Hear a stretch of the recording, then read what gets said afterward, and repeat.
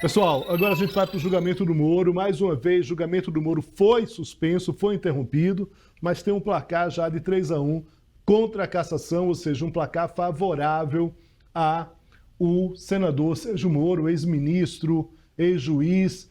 Vou chamar agora Jesus Mosquera para falar com a gente e contar aí dar as informações sobre esse julgamento. Jesus, mais uma vez, muito obrigado aqui pela presença aqui com a gente.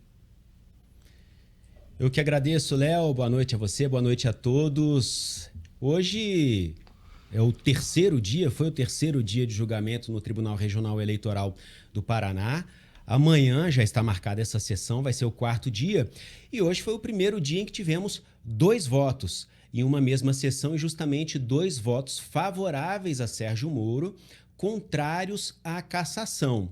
E com isso, ele abriu, dentro das possibilidades de 7 votos, 7 desembargadores que votam, ele abriu sim uma larga vantagem. 3-1 para o Moro, nesse jogo, nessa partida, entre aspas, e amanhã mais 3 desembargadores vão votar e basta um. Com apenas um voto, o Sérgio Moro já vai ser absolvido no Tribunal Regional Eleitoral do Paraná. Não que isso vá acontecer. Pode ser que amanhã, dos 3 votos, esse placar se reverta e se torne 4-3 pela cassação, 4-3, portanto, contra Sérgio Moro. O que nós tivemos hoje? O voto da desembargadora Cláudia Cristina Cristofani. Ela que na sessão da quarta-feira passada pediu vista, mais tempo para analisar esse processo e hoje veio com um voto, né, favorável a Sérgio Moro.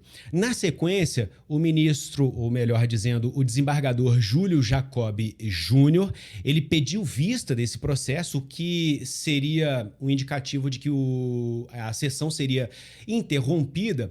Mas, nesse caso, no TRE do Paraná é assim, mesmo com o pedido de vista, esse desembargador pede vista, ele vai votar depois numa próxima sessão, num outro dia. Mas o Guilherme Hernandes Dens, né, um dos desembargadores, ele decidiu, mesmo com esse voto de vista, mesmo com esse pedido de vista do meu colega, eu vou antecipar o meu voto e, portanto, mais um voto aí que foi favorável a Sérgio Moro. Então, até o início da tarde, estávamos com um placar de 1-1 e hoje, final do dia, finalzinho da tarde, chegamos a 3-1 aí, Sérgio Moro quase liquidando essa fatura, pelo menos no Tribunal Regional Eleitoral do Paraná, e é importante a gente reforçar aqui, Léo, como a gente vem dizendo desde o início desse processo, desse julgamento que começou na segunda-feira da semana passada, foram 2 sessões na semana passada, uma na segunda-feira, outra na quarta-feira, o que a gente vem dizendo desde o início é que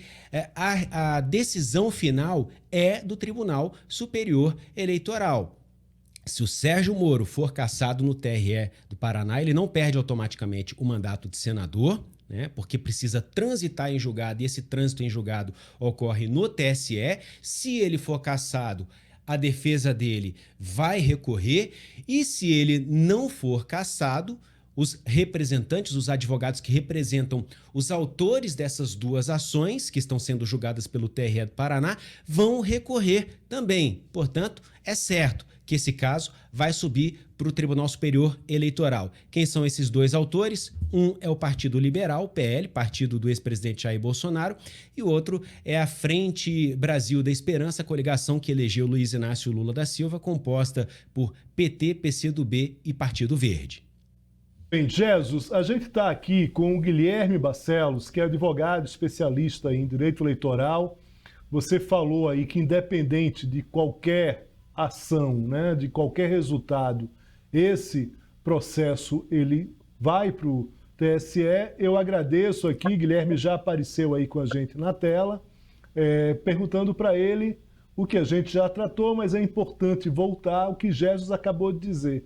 O que esperar desse julgamento, Guilherme, no TSE, considerando, né, uma possibilidade aí cada vez mais real de vitória de Moro nessa primeira, vamos dizer assim, nesse primeiro julgamento. Muito obrigado mais uma vez. Boa noite, Léo. Boa noite, Jesus. É um prazer novamente falar com vocês.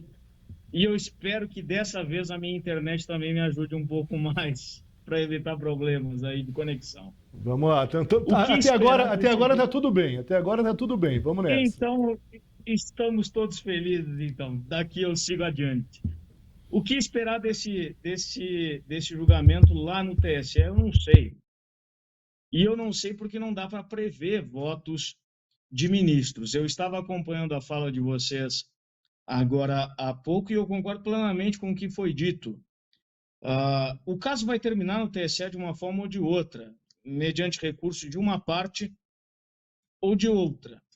Quanto ao julgamento no TRE, o que eu poderia dizer? A tendência realmente é que haja absolvição do hoje senador Sérgio Moro.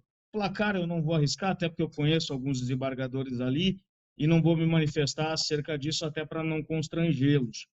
Mas o fato, sim, é que a absolvição é iminente e haverá fatalmente um recurso, salvo prova, obviamente, em contrário, da parte autora da ação. Agora, se assim vocês me permitirem, eu gostaria de destacar algumas coisas acerca do que houve hoje.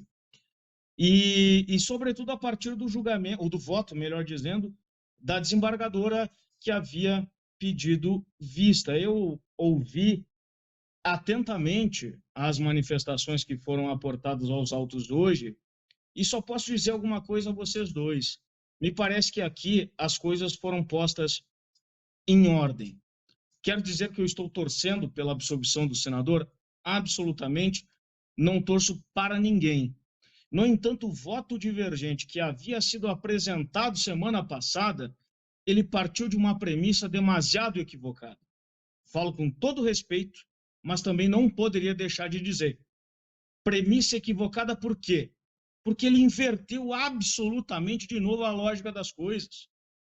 Disse o voto divergente, aspas, havendo diferentes caminhos interpretativos a seguir, a meu ver, a tônica deve ser a de defesa da normalidade das eleições e a prudência no uso do dinheiro público.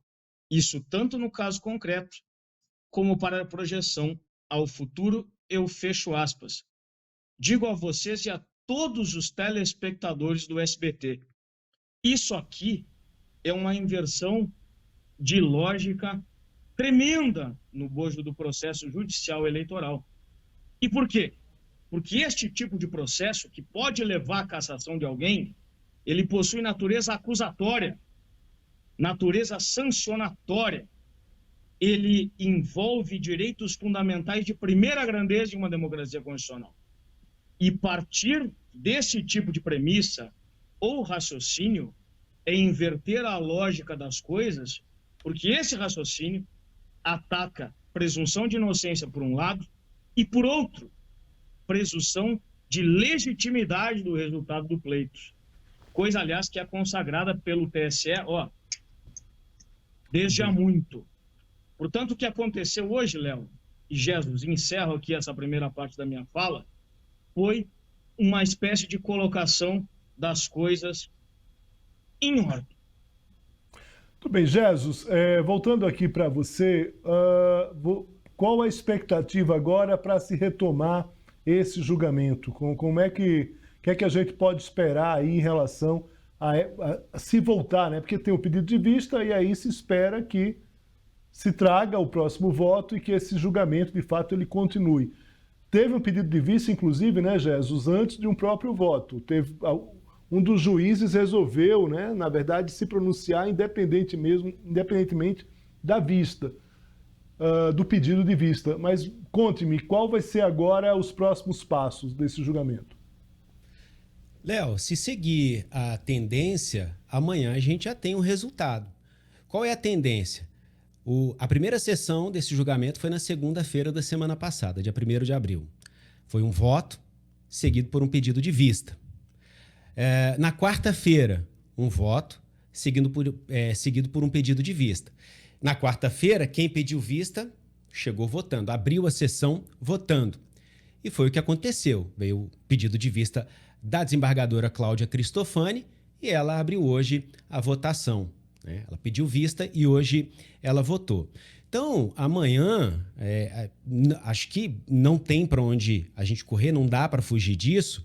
A gente abre a sessão de julgamento já com a resposta desse mesmo desembargador que pediu vista hoje, que é o Júlio Jacob Júnior. Ele, no momento em que ele apresentar o voto, se ele votar favoravelmente a Sérgio Moro, já se tem a maioria, já está decidido. Não significa que o julgamento vai ter sido concluído. Ele pode votar, todo mundo pode saber o resultado, a gente pode saber que o placar, por exemplo, chegou a 4-1, que não dá para ser revertido, mas ainda assim, eu peço até professor me corrija se eu estiver errado, ainda é possível um último pedido de vista, né? Mais um desembargador que ficou faltando, ele venha se pronunciar só daqui a 1, 2 sessões, mas depois de alguns dias de expectativa, estamos indo para o 4º dia de julgamento, o que a gente sabe é que amanhã, 99% de certeza de que isso aconteça, a gente já vai ter, sim, um resultado ou um indicativo muito forte do que vai ser o resultado final desse julgamento. Pegando um trecho do que o professor trouxe para a gente, isso estava presente ali no voto do relator, aquele termozinho, Léo, que o pessoal do mundo jurídico, eu creio que o professor Guilherme também é desses, gosta de um termo em latim, né, quando se refere a alguma questão jurídica, e a presunção de inocência é o que? É o tal do indúbio pro réu. Na dúvida, sempre prevalece em favor do réu. E o relator do caso, que deu o primeiro voto favoravelmente a Sérgio Moro, Luciano Carrasco Falavinha Souza, ele usou um termo que me chamou a atenção. É indúbio pro sufrágio. Não é isso? O Guilherme já está acenando com a cabeça aqui. Ou seja, na dúvida, vale a soberania do voto, a soberania popular manifestada por meio do voto. Por isso que eles são muito reticentes em aplicar o direito, nesse caso em específico, que ele é permeado por um certo ineditismo, por várias circunstâncias. A gente ainda não tinha tido um precedente dessa forma, um senador que almejou primeiramente uma candidatura à presidência da República, gastou muito, mas naquele momento era um pré-candidato à presidência da República, fez o downgrade, como tem se chamado por aí, né? E aí ele mirou uma candidatura ao Senado e ganhou. Então, o caso por si só é um caso único, isso não se discute. Por isso que o precedente, o que isso vai servir como isso vai servir de exemplo para os próximos casos, vai ser decidido lá no Tribunal Superior Eleitoral. Então, eles precisam julgar aqui com o que eles têm à mesa. O que eles têm à mesa? Eles têm a legislação, eles têm a jurisprudência. Ocorre que nem a legislação, nem a jurisprudência são claras em apontar como deve ser, né, o detalhamento dos gastos de uma pré-campanha. Então, em linhas gerais, para a pré-campanha, adota-se um gasto mais genérico, né? Uma planilha de gastos mais genérica. O que tem nessa planilha de gastos mais genérica? Segurança, uso de celular, a remuneração do dirigente partidário. E tudo isso é o quê? É um gasto individualizado? É só para esse ou para aquele candidato? Ou é para o partido como um todo? Isso é um gasto partidário? E aí abre campo a subjetividade na interpretação do que são esses gastos de pré-campanha. Porque para o PT foram 21 milhões gastos na pré-campanha. Para o PL foram 7 milhões. Para o Ministério Público Eleitoral já foram 2 milhões. Né? Então, o que se considera ali? Jesus. O gasto médio dos candidatos. Léo. Muito bem, é isso. A gente, na verdade, está com o tempo aqui já se esgotando. Eu vou fazer, Guilherme, aí eu queria, na verdade, sua participação só para a gente se despedir aqui, mas é o seguinte, Sérgio Moro foi um político hesitante. Na verdade, era um juiz que decidiu ir para a carreira política, se filiou a um presidente, né, a um presidente eleito, Jair Bolsonaro, de uma forma que acabou comprometendo, inclusive, uma operação séria, que era a Operação Lava Jato, porque naquele momento ficou claro ali para parte dos eleitores um objetivo político, ou pelo menos isso poderia ser mostrado naquele movimento ali. Ele se torna um político hesitante quando ele vai, inclusive no próprio primeiro momento ali, para o governo Bolsonaro, né? Depois ele briga com o Bolsonaro, ele vai, tenta se candidatar à presidência, vê que não tem voto suficiente, porque do que se trata foi isso mesmo, era uma eleição polarizada naquele momento, e ele vê que ele não tinha condições, acaba tentando já, em determinado momento, disputar para Senado em São Paulo. Veja que hesitação, que personagem hesitante da política brasileira. Em último caso, ele acaba indo para o Paraná, onde ali ele tem uma disputa ali difícil, mas acaba ganhando. A minha pergunta para você, Guilherme, aí para a gente encerrar essa nossa conversa, é o seguinte: em que medida esse cenário que eu tracei aqui, que evidentemente não é um cenário que eu estou colocando como meu, mas é um cenário dos adversários efetivamente de Sérgio Moro, isso pode atrapalhar a cabeça dos juízes em relação a esse personagem sim hesitante? De maneira sintética aqui. Primeiro, antes de qualquer coisa, eu quero dizer que eu concordo com o Jesus em quase tudo que ele falou. Foi muito bem. Dito isso, eu sigo e passo ao segundo ponto.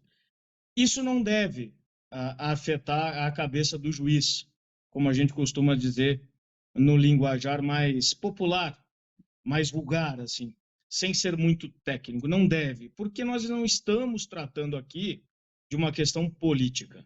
Muito antes, pelo contrário. É uma questão jurídica, de direito. Quanto ao mais, e eu não canso de dizer, o que nós temos diante de nós é uma hipótese de direito eleitoral sancionador. E direito eleitoral sancionador, assim como o direito penal, não deve ser do autor, mas sim do fato.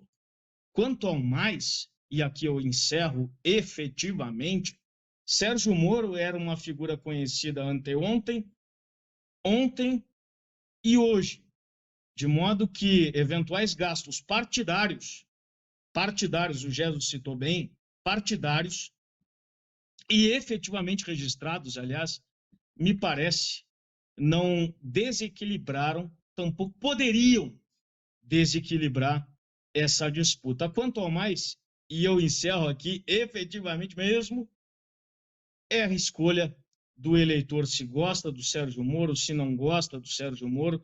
Agora, isso não deve efetivamente influenciar um processo judicial que é de natureza condenatória, sancionatória.